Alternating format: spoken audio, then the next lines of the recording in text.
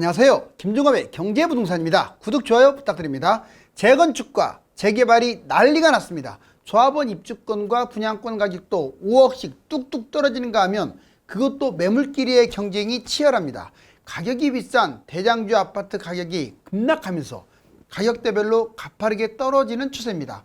그렇지만 매도자들에게 햇빛이 들어올 기회가 3번 오니까 그때를 놓쳐서는 안 됩니다. 과연 언제일까요? 유료상담은 010-3999-8808 전화 주십시오. 재건축 재개발 난리났다. 입주권 분양권 5억씩 뚝뚝뚝. 한마디로 구축 아파트 이런 것들이 막 많이 빠지고 있다는 거죠. 지금은 신축 구축 뭐 따질 때 아니에요. 앞서거니 뒤서거니 하면서 지역적으로 유형별로 가격대별로 지금 다 지금 내려가고 있습니다. 무주택자가 있는데 이 미분양, 다주택, 신고가 매물, 재개발 빌라 이런 것들이 이 무주택자를 유혹하고 있습니다. 여기에 넘어가게 되면 평생 가난해진다는 걸 잊지 마세요. 자, 이제 부동산 매도 거래 타이밍이 3번 정도 올 거라는 기대감. 일단은 지속적으로 계속 내놓는 거 맞아요. 나는 꼭 팔아야 한다는 사람은 거둬들이면 안 돼요, 지금. 자, 그지만 그래도 이 3번의 기회가 있습니다. 그래도 계속 내놓고 이 때를 보자고요. 부동산 매도 거래 타이밍 2022년 일단 8월에서 10월 달을 한번 기대해 볼 만해요. 왜냐?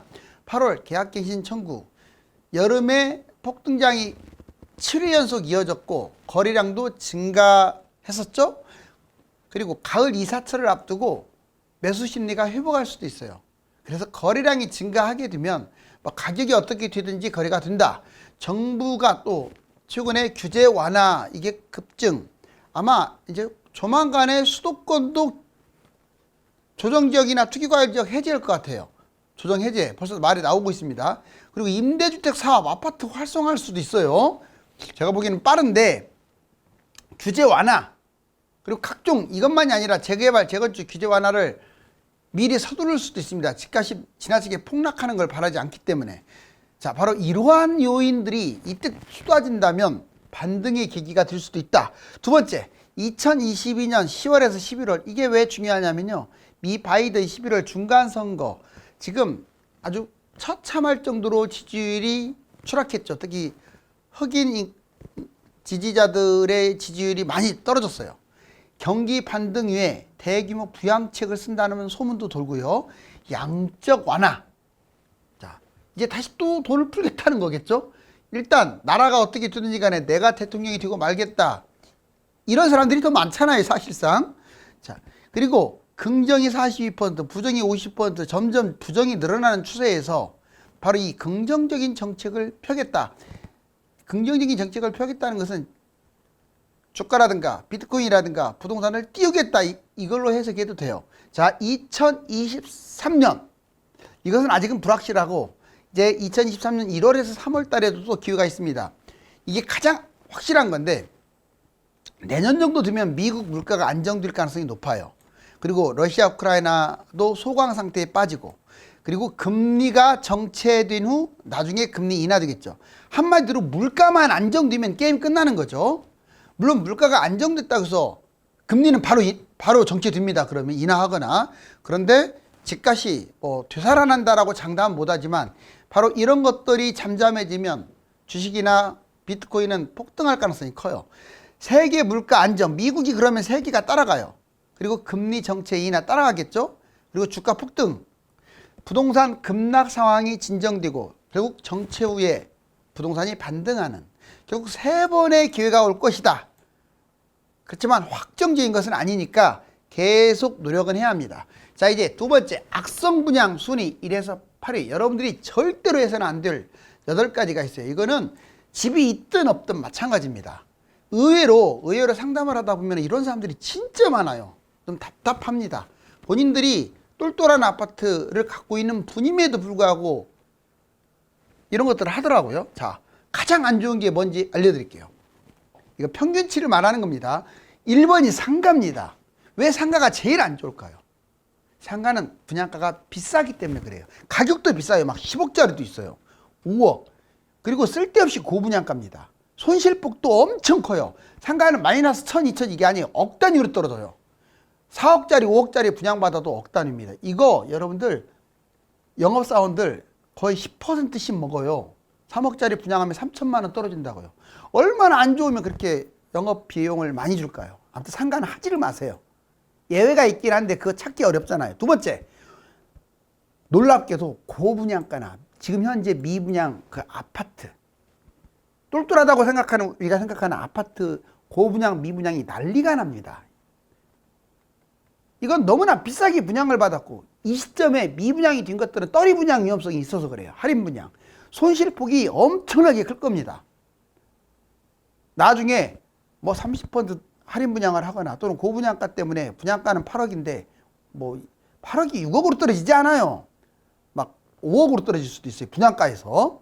예전에 프리미엄이 4억 붙었다가 마이너스 3억으로 떨어지는 사례도 수두룩해요. 그 다음에 지역주택조합이 세 번째예요. 이거 제발 좀 하지 마세요. 지역주택조합. 예외는 있습니다. 근데 뭐 토지를 다 뭐 수용을 했네 어쨌네. 얘 치명적인 약점. 오죽하면 얘도 3위잖아요. 장기간 묶여버려요. 그리고 본인이 아무 때나 해지할 수도 없고 해지 손실할 이게 영업 운영비라고 해서 뭐 1,600만 원에서 2,400만 원 이렇게 내고 나와야 돼요. 그것도 때가 됐을 때. 안심보장 뭐 쓰게 하는데 입만 열면 거짓말하는 경우도 많죠. 하지 마세요. 그 다음에 네 번째, 생활형 숙박시설 뭐 이런 것들 다 뭐 레지던스 이런 거 다 안 좋은 거예요. 안 팔림. 마이너스 프리미엄. 생활형 숙박시설은 장기간 묶이거나 뭐 손실폭이 엄청나지는 않지만 잘 안 팔리고 마이너스에서 헤매는 거예요. 근데 이게 놀랍게도 이렇게 싼 것들 잡을 때는 또 3개씩 잡아요. 3개씩, 5개씩. 망하는 겁니다. 하나가, 왜냐면 1억 조금만 있으면 잡으니까 안 좋은 것일수록 대출 조건이 좋아요. 막 대출해 주니까 막 잡는 거예요. 여러 개.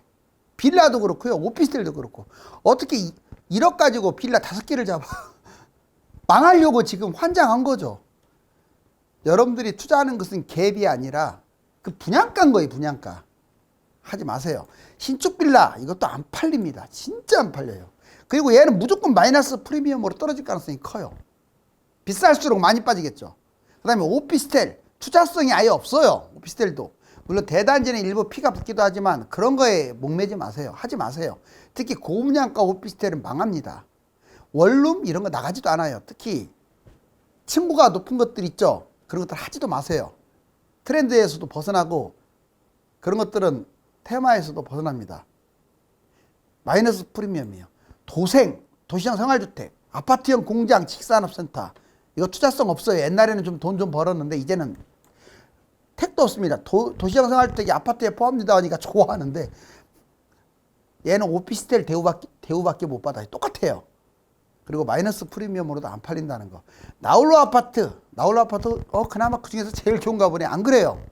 여기서 숫자만 다를 뿐이지 이런 거 200세대 미만은 분양 쳐다보지도 마세요. 이거 강남도 마찬가지고 서울도 마찬가지예요.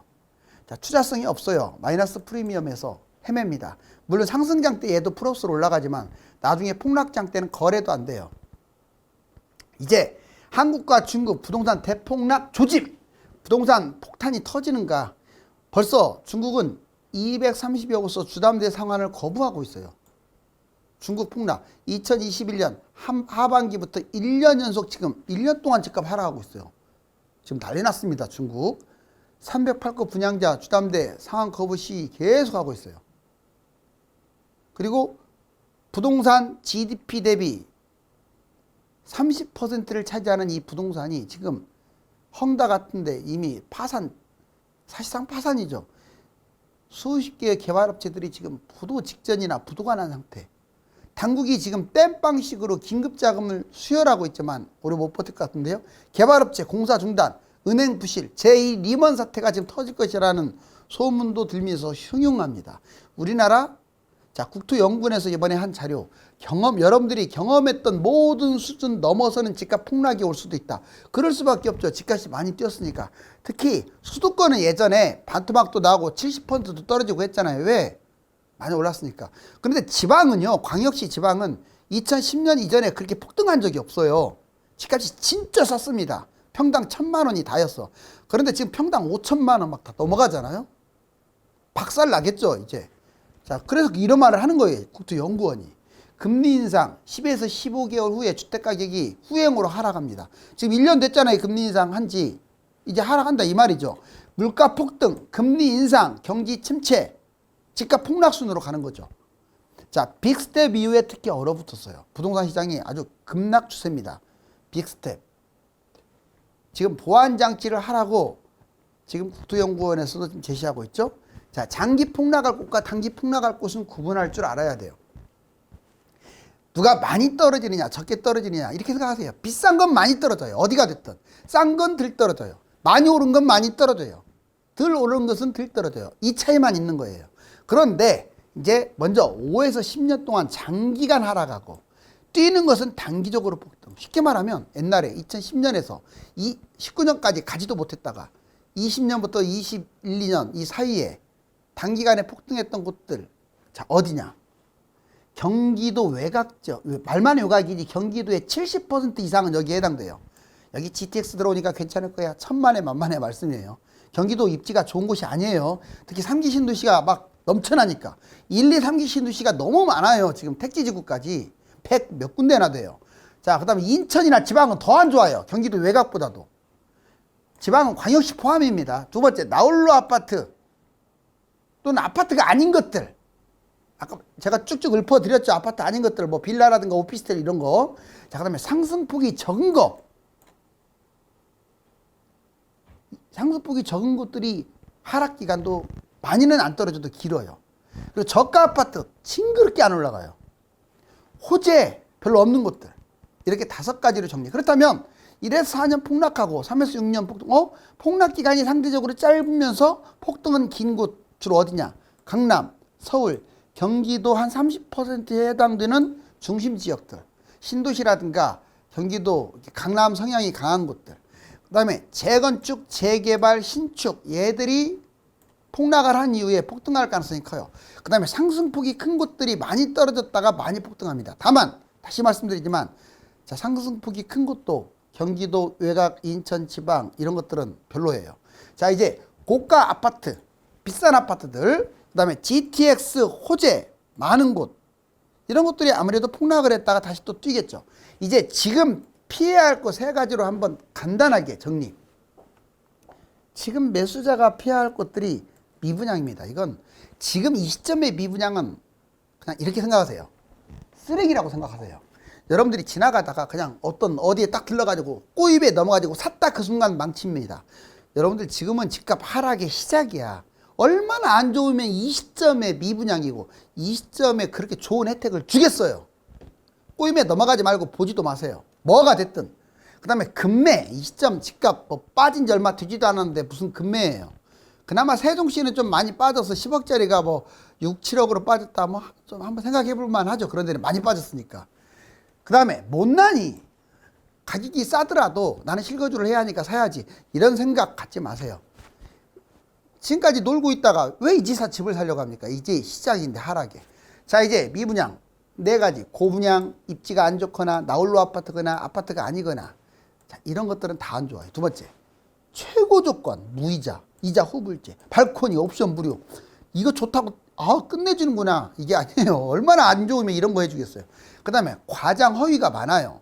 경쟁률이 치열했다. 뭐 미분양 수가 별로 없다. 다 거짓말합니다. 회사 보유분이 많다. 무슨 어르족을 회사 보유분이에요. 진짜 많으면 나중에 이것 때문에 할인 분양이 들어가는 거예요.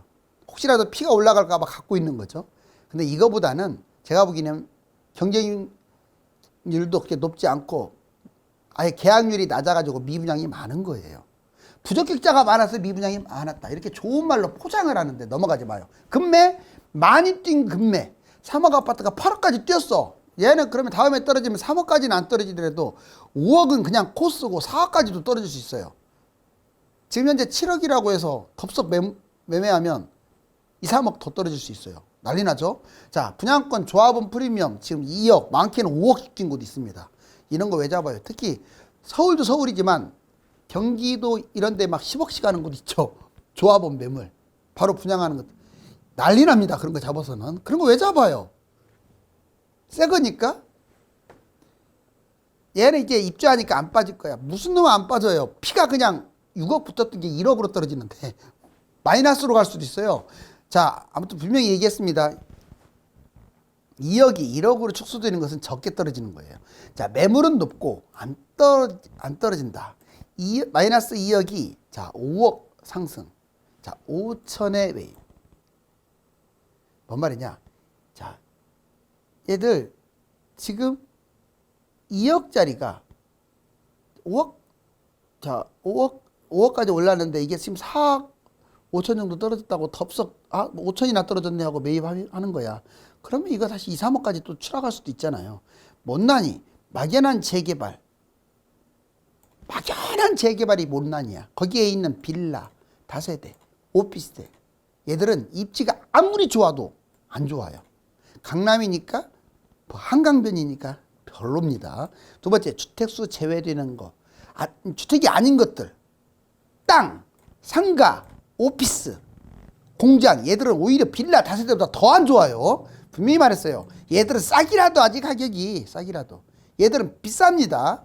자, 이제 호재, GTX, 전철, 지주택, 재개발, 재건축.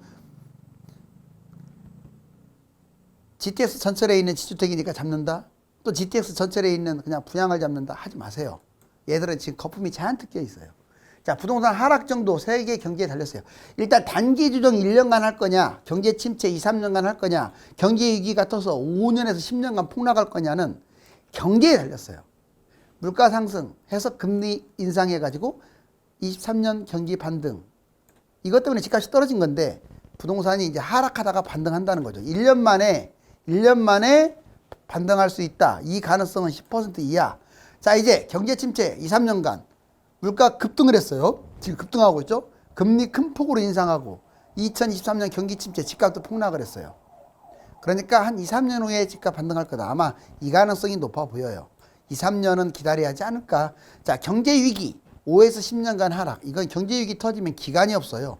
물가가 폭등하고 금리 최대로 인상되고 2023년 후에 내년 정도 이후에 경제 위기가 터지겠죠. 그러면 부동산은 대폭락합니다. 예전처럼 10년간 빠질 수 있어요. 자, 이제 여기 한번 보세요. 다른 나라들 집값. 이게 나라 이름이에요. 보면 이 파란색이 올라간 거고요. 이 빨간색이 떨어진 건데 전체적으로 파란색이 많아요? 빨간색이 많아요? 참고적으로 여기까지가 지금 파란색이 많은데 못 사는 나라들이고 지금 인플레이션이 난리 난 거예요. 터키, 러시아. 여기 인플레이션 뭐 심각한 나라들만 집값이 뛰고 있어요. 자, 우리나라 여기 있네요. 사우스코리아. 떨어지고 있잖아요. 그리고 주변 나라들 지금 다 떨어지고 있어요. 여기 보세요. 엄청나게 심각하죠. 21년만 해도 다 파란색이었거든요. 이렇게 다 뛰는 거였는데 지금 다 떨어지고 있네요. 제가 이거 지금 아예 액면으로 싹 보여드리고 있잖아요. 미국은 이거 몇 달 전 거니까 그래. 미국은 여기 보시면 USA. 자, 이거 약간 초록색으로 사선 삐딱하게 돼 있네요. 이제 보합이란 뜻이에요. 강보합. 이미 꺾였죠. 이제 주택 전망지수 거래량 미분양, 분양 물량 추이. 여기 보시면 이게 100입니다. 100 밑가 안 좋죠. 100 밑에가. 서울 5대 광역시 뭐 지방 할 것 없이 다 지금 전망지수가 7, 80에서 몸들고 있어요. 그 다음에 주택 매매 거래량 추이. 보시면 거래량 어떻습니까? 지금 계속 지금 내려가시죠. 여기 밑에서 돌고 있죠. 여름이면 이렇게 올라와야 하는데 못 올라오고 있어요. 미분양 아파트. 먼저 이 노란색 준공후 미분양 아파트. 준공후의 미분양 아파트가 막 가파르게 줄어드는가 싶더니 다시 또 이제 정체되고 있어요. 이제 늘어나겠죠, 나중에. 지금은 분양을 늦게 하기 때문에 분양이 지금 줄어들어서 그렇지 실질적으로는 미분양이 지금 엄청나게 늘어났을 것 같아요. 여러분들 분양이 확 줄지 않았어요, 지금? 이제 여기 보시면 분양 물량 추이. 여기 보세요. 실제로 나와 있잖아요. 분양 예정인 물량이 갈수록 이렇게 좀 줄어드는 어떤 양상이잖아요. 왜? 분양가 더 높이려고. 지금 분위기 안 좋으니까 조금 분위기 좋을 때 하려고. 근데 아쉽지만 지금이 분위기 제일 좋을 때예요. 내후년은 더 나쁠 것 같은데요. 결국 나중에 그때 분양하다가 미분양 넘쳐나는 거예요. 3기 신도시가. 여기 보시면 이 인구 감소인데 얼마나 심각한지 보세요. 이게 부산입니다. 지금 이게 2008년부터 2022년까지 약 15년간을 나타낸 거예요. 어때요? 이 인구가 이렇게까지 줄어들고 있죠. 부산, 그 다음에 대구 보세요. 지금 아주 심각해요. 자, 광주 심각하죠. 대전 어디 하나 늘어나는 데 있습니까? 인구 구조가 이 모양 이 꼴인데 무슨 놈은 집값이 뛰겠어요. 진짜 심각해요. 다음 10년 후에는 특히나 이게 가격이라도 안 뛰었으면 모를까 엄청나게 뛰고, 지방은 특히 수도권 사람들이 가가지고 특히 법인들이 막 들쑤셔 놓은 거예요. 인구가 많아서 집이 지금 모자라서 그런 게 아니라 들쑤셔 놨다고요. 봉고차 타고 가서. 1년 내 집합 건물 매도 증가. 중국 미국 통계 차트. 지금 보니까 1년 이내에 집을 판 사람들이 10%나 돼요. 특히 아파트 상가. 이 사람들이 위너죠. 빨리빨리 파는 게 좋겠죠. 왜? 연끌해가지고 걱정되니까. 그리고 미국, 중국 보세요. 뭐 중국. 진짜로 주택 판매가 마이너스 59, 58 매월 그러네요. 자, 미국 소비자 물가 지수 9까지 올라온 거 아시죠? 이걸 보면 사태가 녹록지 않습니다. 부자 한 명이 있고 지금 일반인들이 이렇게 있는데 이 부자 한 명이 모든 부동산을 싹쓸이했어요. 이런 일이 벌어지면 안 되겠죠. 코로나 이후 2에서 3배 폭등했던 전 세계의 집값이 2021년 기점으로 엄청난 속도로 떨어지고 있습니다. 우리나라 부동산도 해외 선진국 집값 흐름과 비슷하게 전개될 것이 확실하기 때문에 미국과 캐나다, 유럽과 호주 등의 부동산 추이를 점검해야 합니다. 감사합니다.